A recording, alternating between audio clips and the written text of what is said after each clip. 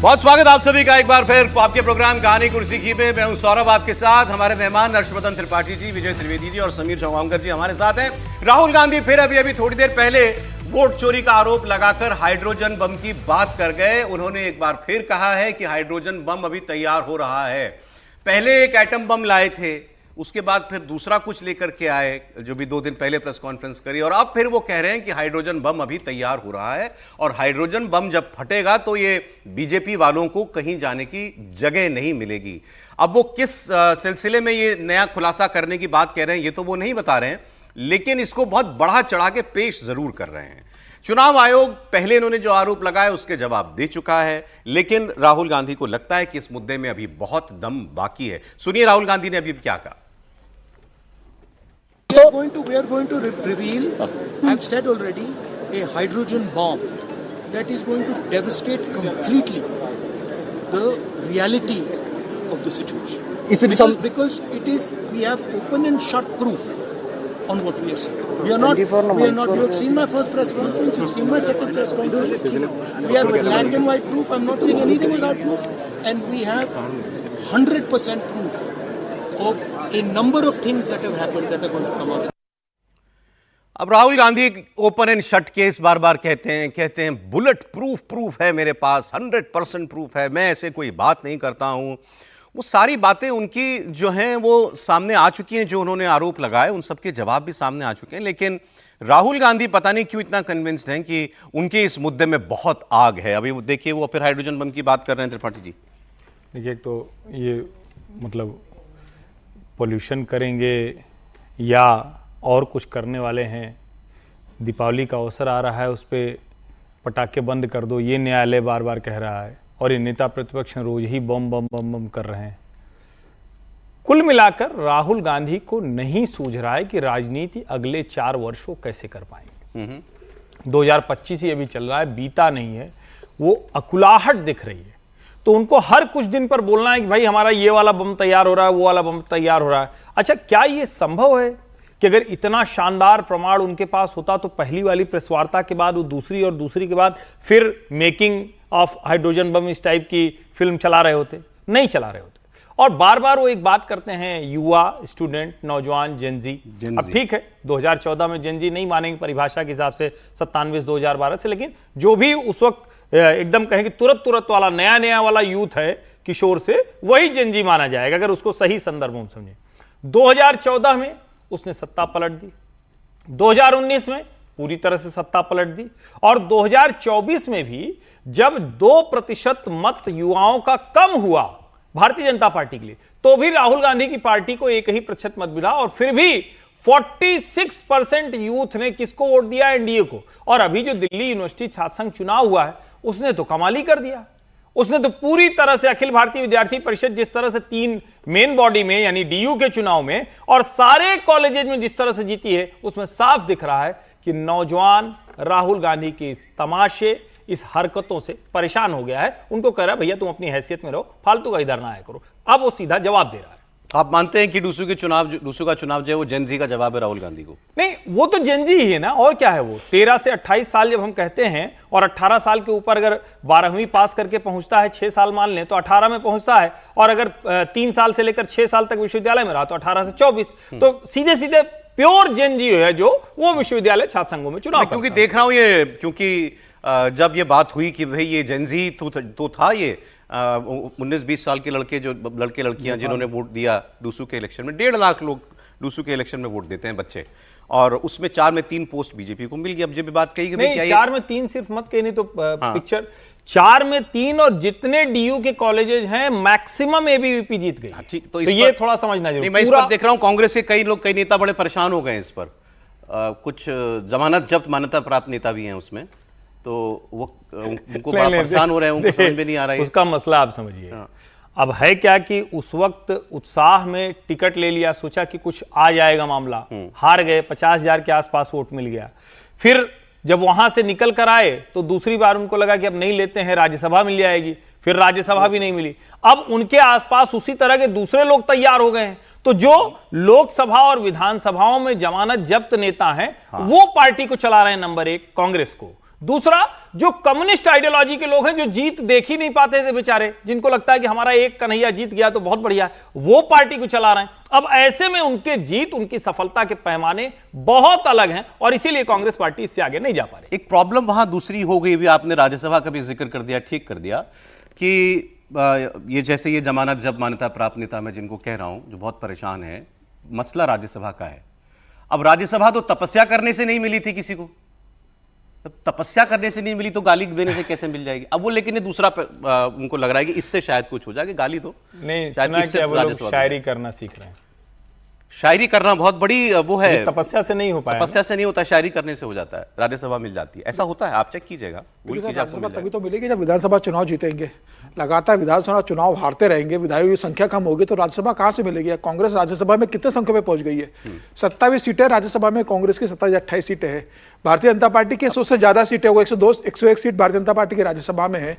तो इस तरीके से अगर विधानसभा चुनाव लगातार हारेंगे तो कैसे आप राज्यसभा में किसी को भेज पाओगे? मैं एक और, ये जो राहुल गांधी ने जो बम की बात कर रहे हैं, वो जो अब जो परसों बम फोड़ा था विजय जी, उसकी बात मैं कर लेता हूं, क्योंकि इलेक्शन कमीशन ने कल शाम को इसका एक डिटेल्ड उत्तर दिया है। अब आप सुनिए वो क्या कह रहे हैं। बाकी जो उन्होंने कहा कि हमने कंप्लेंट किया होता, मैं केवल ये बता रहा हूं, वो इलेक्शन कमीशन ने ये कहा कि हम 2023 में ही एसपी जो थे कलबुर्गी के, जहां का आरोप इन्होंने लगाया, उनको हम जो इंफॉर्मेशन दी है वो है फॉर्म रेफरेंस नंबर, जिसने ऑब्जेक्शन का मेल उनको आवेदन दिया था, name of objector, EPIC number, mobile number used for login, mobile number provided for processing, software application medium, IP address, applicant place, form submission date and time and user creation date. फिर मैंने कहीं ये भी पढ़ा कि वहां मामला एक दूसरा भी है, जो कह रहा है ना इतनी चिट्ठियां लिखी हैं।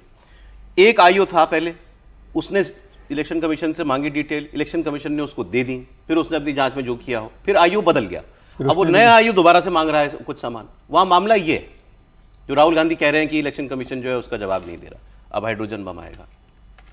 मुझे लग रहा है कि राहुल जी अपने बम को लेकर ज़्यादा बम हैं, उनको लग रहा है ये बम ही सब कुछ तोड़ देगा। मैं समझता हूँ कि 11 साल किसी सरकार के लिए काफ़ी होते हैं उस सरकार को इवेल्युएट करने के लिए, और ख़ासतौर से विपक्ष को। तो कांग्रेस के पास अभी ये 3-4 साल का मौका है जिसमें सरकार की जितनी नीतियां वो समझते हैं कि इम्पॉर्टेंट है, क्योंकि सारी जनता से जुड़ी हुई नीतियां हैं, चाहे वो उज्ज्वला हो, जनधन हो, आयुष्मान हो, हर घर नल हो, या जो भी तमाम योजनाएं, या स्मार्ट सिटी योजना है, उनको इवेल्युएट करके एक एक योजना पर काम करें कि भाई इस सरकार ने ये काम किया या नहीं किया, क्यों इसमें मेहनत लगेगी नहीं, लेकिन वो जनता से जुड़ी है ना, ये तो नहीं चल रहा ना। अब वो हाइड्रोजन बम आ जाएगा तो पता नहीं क्या ये नहीं चल रहा, आपको क्लियर लग रहा है? अभी तक तो ऐसा नहीं लग रहा मुझे, नहीं तो देश में लोग आ जाते हैं सड़क पर, कोई इसकी चर्चा उस तरह से नहीं कर रहे, और खुद ने भी इसलिए कह दिया कि ये हाइड्रोजन बम नहीं है, उनको लगा कि इसकी आवाज इतनी नहीं है। सर और उनको सोशल मीडिया ही देश लगता है। इस सोशल मीडिया देश हो सकता है, लेकिन देश में और भी काम होते हैं ना। सोशल मीडिया पर भी बहुत सारे लोग हैं जो काम कर रहे हैं। मुझे लगता है कि इसको छोड़कर जो तेजस्वी जी की सलाह है, जैसे वो बिहार में सलाह दे रहे थे कि भी रोजगार पर बात करें, महंगाई पर बात करें, देश के जो दूसरे मुद्दे हैं उन पर वो इससे बेहतर काम वो मुझे लग रहा था कि वो जो कुली से कारीगर से उससे मिल रहे थे देश को समझने की जो वो इससे बेहतर था। उससे बेहतर नहीं, उससे फिर आपको समझ में आता कि परेशानी क्या है, उस परेशानी पर काम करें। अभी तो 3-4 साल है, और दूसरा ये काम करें कि ये सरकार बहुत दावा कर रही है कि भाई ये एक ईमानदार सरकार है। प्रधानमंत्री जी बार बार कहते हैं कि न खाऊंगा न खाने दूंगा, वो इसलिए भी कह रहे हैं क्योंकि राहुल जी तो एक भी बार प्रूव नहीं कर पाए। तो इन 3 साल में उनके पास मौका है कि इस सरकार के खिलाफ जो भी हो, मैं कोई भले 11 साल में नहीं कर पाए, अब आगे कर लो, अब आगे करें कि भाई ये सरकार भ्रष्टाचार पर कर रही है। सर हमने कल भी बात की थी कि जैसे दूसरे मुद्दों पर आगे बढ़ना चाहिए उसको। अब ये बात ऐसा नहीं है कि कांग्रेस पार्टी में कोई और नहीं समझ रहा, जो बात अभी विजय जी कह रहे थे, और मुद्दे हैं उनकी बात करो, ये मुद्दा नहीं चल रहा है। ऐसा ही है जब आपने राफेल पर पूरा लोकसभा, चौकीदार चोर पर, राफेल पर आपने पूरा एक लोकसभा का इलेक्शन लड़ लिया, एक स्लोगन पर, नतीजा आपने देख लिया। अब वो वैसा ही कुछ दोबारा करने का प्रयास कर रहे हैं। अभी बिहार के इलेक्शन के बाद पता चल जाएगा। कांग्रेस पार्टी के नेताओं में यह अंदर खाने बहुत तेज असंतोष है कि राहुल गांधी ये ठीक नहीं कर रहे हैं, कि राहुल गांधी इस मुद्दे को जितना बड़ा मान रहे हैं ऐसा नहीं है, और जनता के बीच में ये मुद्दा नहीं चल रहा। ये कांग्रेस के बहुत से लोगों को लगता है। कल मैंने आपको इंडियन एक्सप्रेस की एक रिपोर्ट का हवाला दिया था, आज समीर जी से मेरी बात हो रही थी, कुछ जानकारी इस पर और है उनके पास। निश्चित रूप से कांग्रेस में बहुत गंभीरता से इस बात पर विचार हो रहा है। कांग्रेस के बड़े नेता जो कांग्रेस में लंबे समय से संगठन में काम करते रहे, मुख्यमंत्री रहे या पूर्व मुख्यमंत्री है, उन्होंने इस बात पे प्रश्न उठाया कि भाई राहुल गांधी कांग्रेस को कहां लेकर जाना चाहते हैं, 2029 की तैयारी कैसे हो रही है, विधानसभा चुनाव जो आ रहे हैं उसमें राहुल गांधी क्या तैयार करना चाह रहे हैं, क्या सिर्फ अडानी का मामला लेकर, जिस तरीके से कल सेबी से क्लीन चिट आ गई, अडानी के मुद्दे पर राहुल गांधी जिस तरीके से आक्रामक हो गए थे, उससे पार्टी के कई नेताओं ने अपनी नाराजगी जाहिर की है। जिस तरीके से राहुल गांधी सिर्फ वोट चोरी का जिक्र कर रहे हैं, उस पर लोगों की नाराजगी है। लोगों ने यह भी कहा कि जिस तरीके से डेड इकोनॉमी, सिर्फ ट्रंप के कहने पर राहुल गांधी ने स्पष्ट बोल दिया कि देश की इकोनॉमी डेड इकोनॉमी है। कांग्रेस के बड़े नेताओं ने इसे पसंद नहीं किया और बड़ा वर्ग है कांग्रेस का, जिन लोगों ने सोनिया गांधी के पास अपनी बात पहुंचाई और कहा है कि राहुल गांधी ने उनसे कहा है कि अपने अपने प्रदेश में वोट चोरी को लेकर आप रैलियां कीजिए। उन्होंने कहा साहब हमारे प्रदेश में ऐसा हुआ नहीं है, हम कैसे रैली करने इस ये बात बात को लेकर। कांग्रेस के लीडर्स ने सोनिया गांधी से कही है। सोनिया गांधी के पास भेज दिया मामला कि राहुल गांधी चाहते हैं कि हम अपने प्रदेश में जो चुनाव आ रहे हैं वो वोट चोरी का मुद्दा उठाकर उस मामले को उठाए। तो अशोक गहलोत ने मना कर दिया है, हुड्डा ने मना कर दिया, तमाम नेताओं ने मना कर दिया कि संभव नहीं है इस तरीके से रैली करना, इस मुद्दे को लेकर जाना। हमें संगठन पर ध्यान देना पड़ेगा, हमें सरकार की जो नाकामियां हैं, विफलता है, उसको लेकर आना पड़ेगा। वोट चोरी के मुद्दे पर हम चुनाव नहीं लड़ सकते। और राहुल गांधी ने जो 2-3 दिन पत्रकार वार्ता ली, उससे क्या सार्थक निकल कर आया है?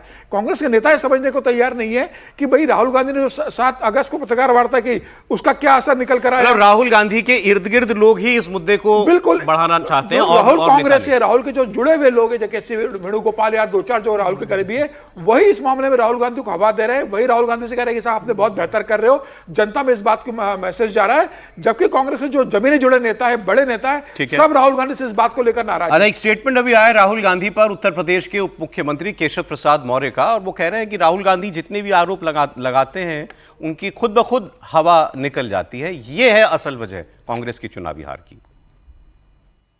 गांधी जी जितने भी आरोप लगाते हैं वो सब टाइम फिस हो जाते हैं। वो कभी भूकंप लाने की बात करते हैं, कभी एटम बम फोड़ने की बात करते हैं, कभी हाइड्रोजन बम फोड़ने की बात करते हैं। यह विनाशवादी सोच का परिचायक है। लेकिन उनको ये पता नहीं चलता है कि इस देश का युवा, इस देश का नागरिक पहले अपने देश के लिए करता है, देश के लिए जूझता है, देश के बारे में निर्णय करने का जब समय आता है वो निर्णय भी करता है।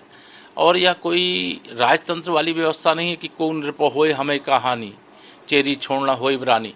अब तो समय वो आ गया है कि जनता जिसको चाहती है उसको चुनती है, जिसको चाहती है देश और प्रदेश की बागडोर सौंपती है।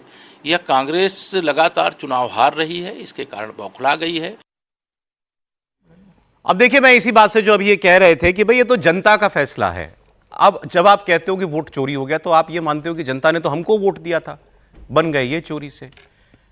जनता किन मुद्दों को सोचती होगी, परखती होगी और फिर वोट देती होगी, ये नेता बहुत अच्छे से जानते हैं। अब जैसे यूपी के मुख्यमंत्री योगी आदित्यनाथ ने एक बात कही, उन्होंने ये कहा कि मैं 2017 में मुख्यमंत्री जब बना उससे पहले कोई मुख्यमंत्री नोएडा आने को तैयार नहीं था। ये बात आप सब लोग जानते हैं, हमने कई बार की है कि जो मुख्यमंत्री नोएडा या गाजियाबाद गया वो दोबारा कुर्सी पर नहीं आ पाया। अब ये एक कोइंसिडेंस हो सकता है, एक संयोग हो सकता है कि जो आया मुख्यमंत्री नोएडा गाजियाबाद का दौरा करने के लिए, अगले चुनाव में वो हार गया, उसकी कुर्सी चली गई। अब ये शुरू कब से हुआ था? इस प्रथा को अखिलेश यादव ने निभाया, इस प्रथा को मायावती ने निभाया, मेरे ख्याल से मुलायम सिंह जी भी नहीं आए कभी। शुरुआत हुई थी 1988 में, जून 1988 में तब के मुख्यमंत्री थे कांग्रेस के वीर बहादुर सिंह। वो नोएडा आए थे पहली बार और उसके बाद उनकी कुर्सी चली गई। वहां से यह माना गया कि जो नोएडा आएगा उसकी कुर्सी चली जाएगी। जैसा मैंने आपको बताया, मुलायम सिंह यादव, मायावती, इवन कल्याण सिंह, राजनाथ जी भी शायद वो भी नहीं आए जब भी मुख्यमंत्री रहे, अखिलेश यादव भी नहीं आए। तो योगी आदित्यनाथ इस बात को कह रहे थे। अब अगर कोई वोटर ये सुनता होगा, उनको सुनने वाला, तो उसको कितना अजीब लगता होगा कि जो मुख्यमंत्री जैसी मजबूत कुर्सी पर बैठता है वो अंदर से इतना डरा हुआ होता है, इतना अंधविश्वासी होता है।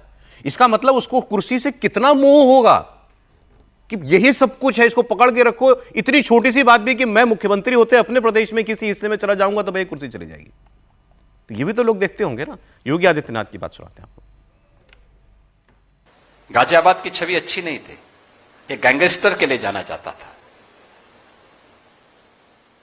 यहां पे फिल्म बन चुकी थी यहां के गैंगस्टर के कृत्यों से। लोग उसी रूप में गाजियाबाद को जानते थे। ये गाजियाबाद की पहचान थी। गंदगी और गैंगस्टर, ये गाजियाबाद की पहचान हो गई थी। गौतम बुद्ध नगर ये लूट का एक अड्डा था, बेईमानी का एक नया जरिया बना दिया गया था और कह दिया गया मुख्यमंत्री वहां जाएंगे दोबारा नहीं बन सकते मुख्यमंत्री। मैंने कहा तब तो जरूर जाऊंगा।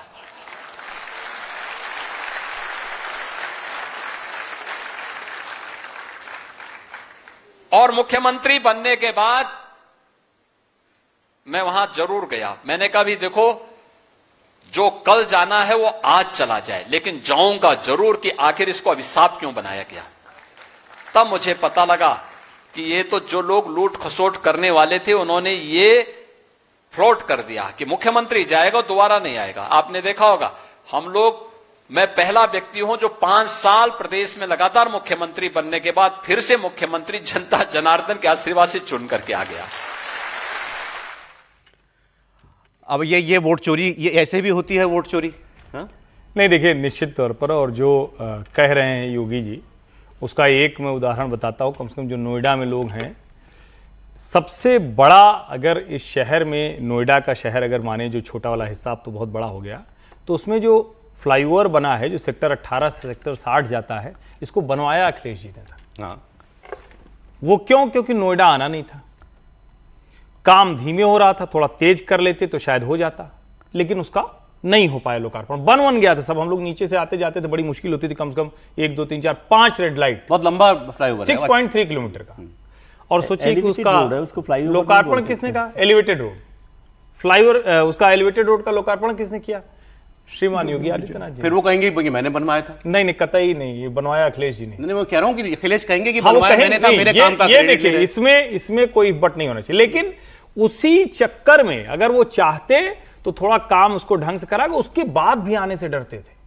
और ये सचमुच, ये सत्ता उत्ता छोड़ दीजिए, आज के समय में कोई व्यक्ति इस बात से डरे, और हम लोग अक्सर, वो एक शब्द आता आजकल चलता है, साइंटिफिक टेम्पर नहीं।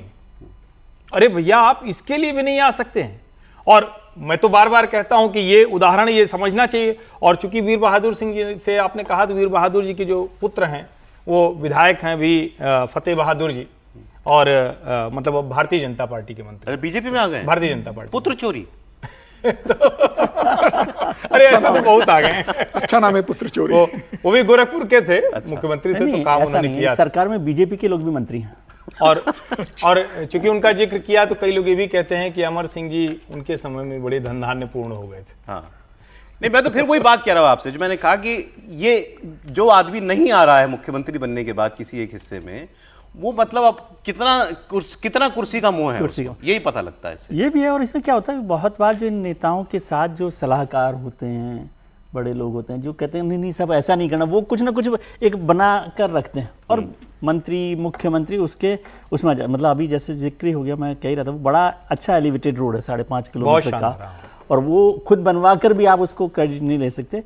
तो तुलसी की एक चौपाई, मुझे दोहा चौपाई याद आती है कि सचिव वैद्य गिर 3 जो, प्रिय बोले भयहास, राज धर्म धन 3 कर, होई बेगई नाश। कि वो जो लोग सचिव और वैद्य और गुरु जो भय के कारण या कुछ पाने के कारण झूठ बोलते रहते हैं और ऐसे नेताओं को करते हैं, और नेता उनकी बात मानते हैं, तो उस राज्य का, उस शरीर का नाश तुरंत होता है। क्या बात है।